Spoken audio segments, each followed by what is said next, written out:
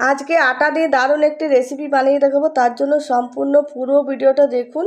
আর এখানে আটা নিয়েছি 2 বাটি মতো, আর তার মধ্যে 1 বাটি দিয়ে দিলাম ময়দা। এবারে দিয়ে দিচ্ছি জোয়ানটা হাতে ঘষে একটু দিয়ে দিলাম, গন্ধটা খুবই সুন্দর বের হবে। দিয়ে দিলাম পরিমাণ মতো নুন, ভালো করে এবারে মিশিয়ে নেব। এবারে দিয়ে দেবো একটু সাদা তেল ময়নের জন্য, খুব বেশি দেবো না, হালকা দেবো সাদা তেলটা। এবারে ভালো করে মিশিয়ে নেব আটা ময়দার সঙ্গে।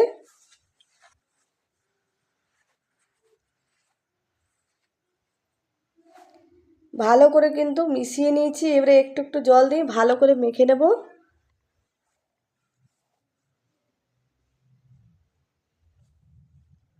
আর খুবই ভালো করে কিন্তু মাখিয়ে নিয়েছি।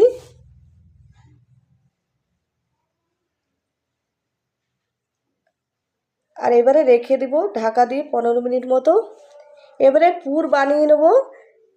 এই টিফিনের রেসিপিটার জন্য কিন্তু পুর একটা চাই, তার জন্য কড়াই দিয়ে দিলাম সর্ষের তেল, দিয়ে দিলাম গোটা জিরে,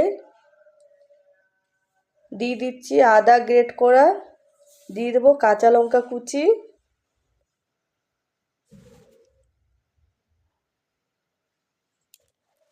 আদা লঙ্কাটা একটু ভেজে নেবো। আদা থেকে যখন খুব সুন্দর একটা গন্ধ বেরোবে সেই সময় দিয়ে দিলাম গ্রেট করা গাজর,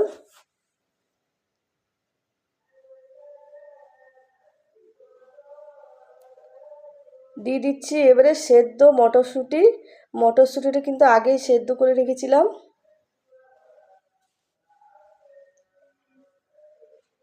কিছুক্ষণ ভাজার পরে এবারে এর মধ্যে দিয়ে দিচ্ছি পরিমাণ মতো নুন, দিয়ে দেবো হলুদ গুঁড়ো, দিয়ে দিচ্ছি টমেটো কুচি।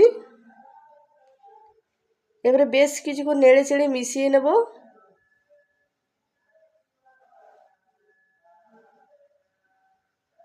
এবারে কিন্তু মটরশুঁটিগুলো ভেঙে নেব, তার জন্য মেশারে করে একটু মেশ করে নিচ্ছি। আর অনেকটাই মটরশুঁটিটা ভেঙে নিয়েছি, সবটাই কিন্তু ভাঙবো না, হালকা ভেঙেছি। এবারে দিয়ে দিলাম এর মধ্যে 4টে আলু সেদ্ধটাও ভালো করে ভেঙে মিশিয়ে নেব মটরশুঁটির মধ্যে।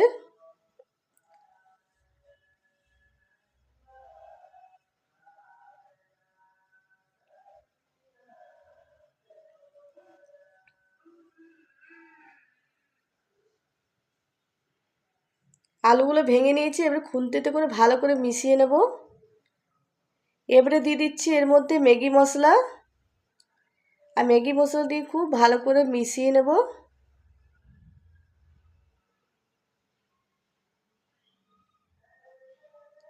আর পুরটা কিন্তু আমার তৈরি হয়ে গেল, এবারে নামিয়ে নেব। এবারে একটা থালার মধ্যে ঢেলে নিচ্ছি, তাড়াতাড়ি ঠান্ডা হয়ে যাবে তাতে।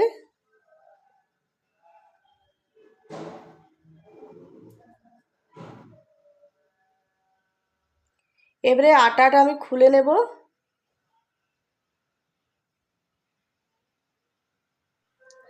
আরেকবার আটাটা একটু ভালো করে মেখে নেব, তারপরে আটা থেকে কিন্তু লেচি কেটে নেব। এবারে আটা থেকে কিন্তু লেচি কেটে নিচ্ছি, একটু বড় বড় করে লেচিটা কেটেছি।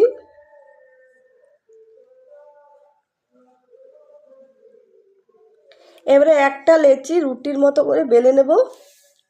শুকনো আটা দিয়ে কিন্তু বেলে নিতে হবে, তাহলে ভালো বেলা হবে রুটিটা।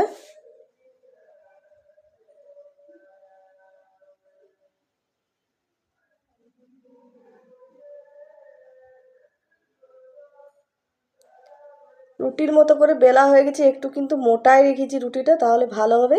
আর এবারে যে পুরটা বানিয়ে রেখেছি সেই পুরটা রুটির মধ্যে দিয়ে দেবো চারিদিকে ভালো করে। একটু বেশি পরিমাণে পুরটা দিচ্ছি, তাহলে খেতে কিন্তু বেশি ভালো লাগবে।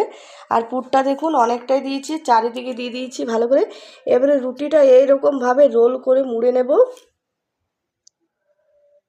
আর রোল করে মুড়ে নিয়েছি, এবারে ছুরিতে করে কেটে নেব।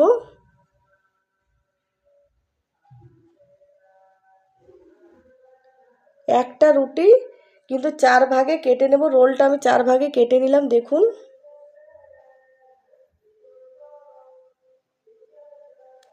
আর এবারে হাতে করে এরকমভাবে চাপ দিয়ে দেবো। আর দেখুন কত সুন্দর বানানো হয়ে গেল। আর শেপটা দেখুন এইরকম বানিয়েছি। আর প্রত্যেকটাই কিন্তু একই রকমভাবে বানিয়ে নেব।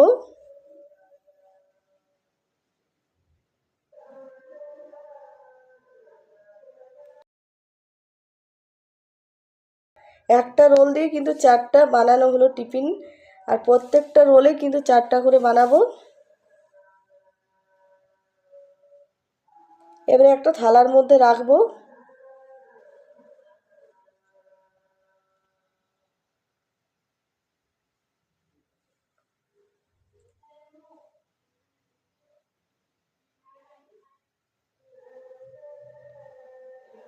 আর অনেকগুলোই বানানো হয়ে গেছে, এবারে ভেজে নেব সাদা তেলে।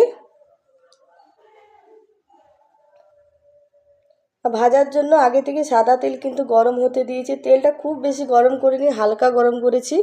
হালকা গরম তেলে ভাজবো, তাহলে ক্রিস্পি হবে খেতে, ভেতরটা কাঁচা থাকবে না, চারিদিকটাই খুবই ভালো করে ভাজা হয়ে যাবে। আর এবারে কিছুক্ষণ পর উল্টে দিচ্ছি, দেখুন কত সুন্দর ভাজা হয়ে গেছে লাল করে।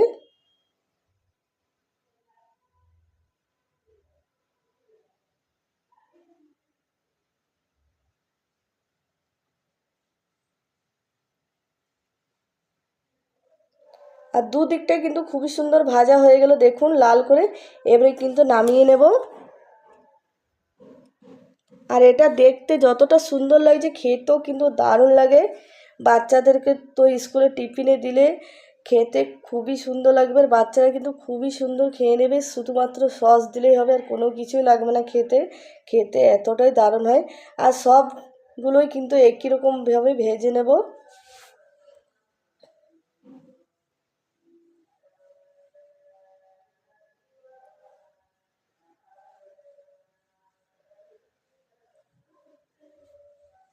আর একে একে সবগুলোই ভাজা হয়ে গেল, দেখুন। আর কমেন্টে নিশ্চয়ই জানাবেন আজকে টিফিনের রেসিপিটা কেমন হয়েছে, কেমন না। যারা নতুন দেখছেন তারা অবশ্যই আমার চ্যানেলটা সাবস্ক্রাইব করবেন, পাশে থাকবেন। আর আপনারাও এরকম বাড়িতে টিফিনের রেসিপি বানান, খান, বাচ্চাদের খাওয়ান, বড়দের খাওয়ান, সবাই কিন্তু খুবই পছন্দ করবে। আর একটা ভেঙে দেখাচ্ছি, দেখুন কত সুন্দর হয়েছে, ভেতরটাও ভাজা হয়ে গেছে, দেখে নিশ্চয়ই বুঝতে পেরেছেন। আর কমেন্টে নিশ্চয়ই জানাবেন কেমন হয়েছে।